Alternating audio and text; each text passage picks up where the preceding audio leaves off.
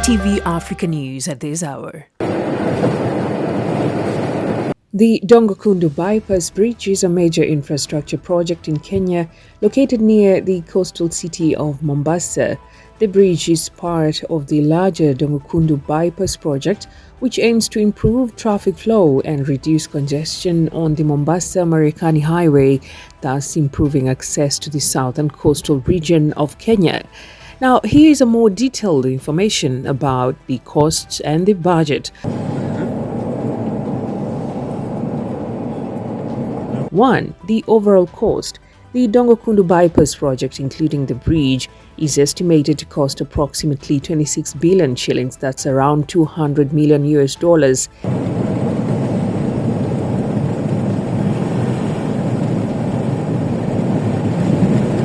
This total cost includes the construction of the entire bypass, of which the bridge is a significant component. 2. Financing sources. The project is financed by a combination of sources. The Kenyan government, it has contributed a substantial portion of the funds. China Exim Bank, a major part of the funding comes from loans provided by the China Export-Import Bank. China has been involved in financing several infrastructure projects in Kenya.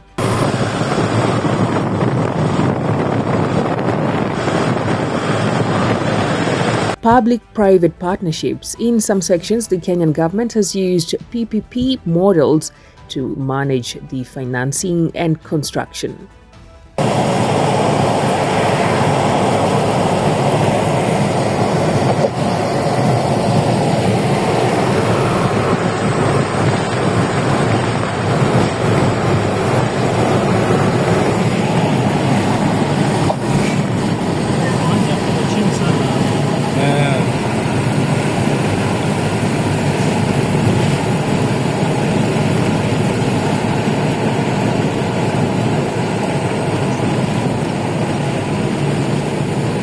The Dongokundu Bridge is set to span 3.5 kilometers across the Kilindini Creek. It's designed to ease the flow of traffic around Mombasa, facilitating quicker transport for both cargo and passengers. The bridge will have multiple lanes to accommodate high traffic volumes. The bypass and bridge are intended to reduce travel time significantly, cutting down on congestion in Mombasa and facilitating smoother connections between Mombasa and other coastal towns.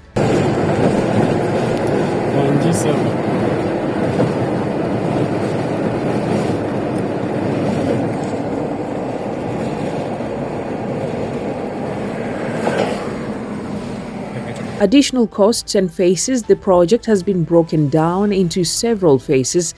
Each phase of the bypass includes costs for roads, toll stations, and land acquisition. The entire bypass involves not just the bridge, but also upgrades to the road network, including interchanges and junctions.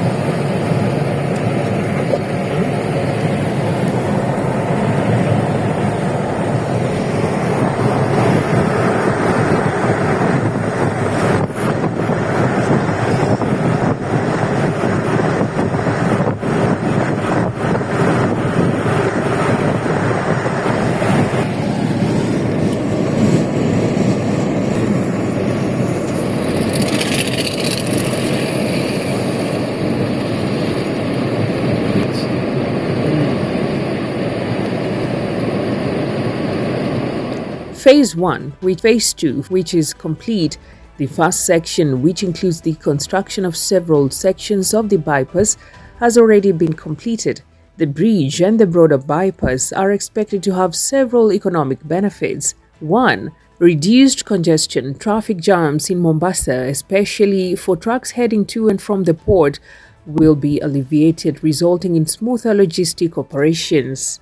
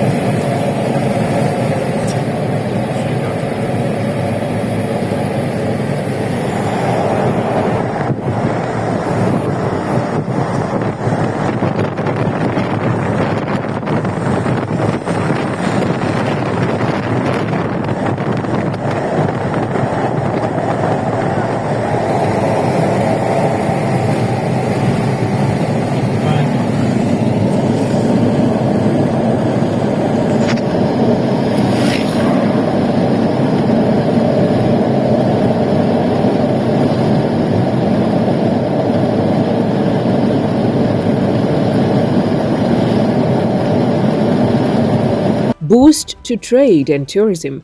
By improving transport connectivity, the project will facilitate easy access to Mombasa port and beaches, which is critical for trade and tourism.